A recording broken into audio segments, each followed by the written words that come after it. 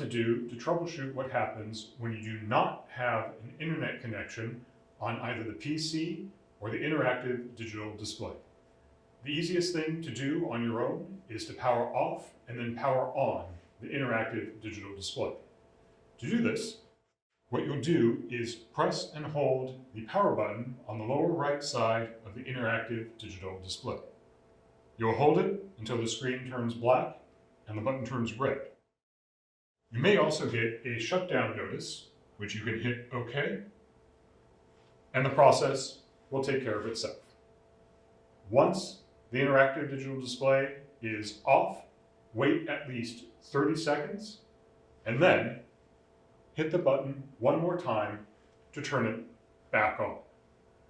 Then you can check the internet connection by going to the CSUF homepage at www.fullerton.edu.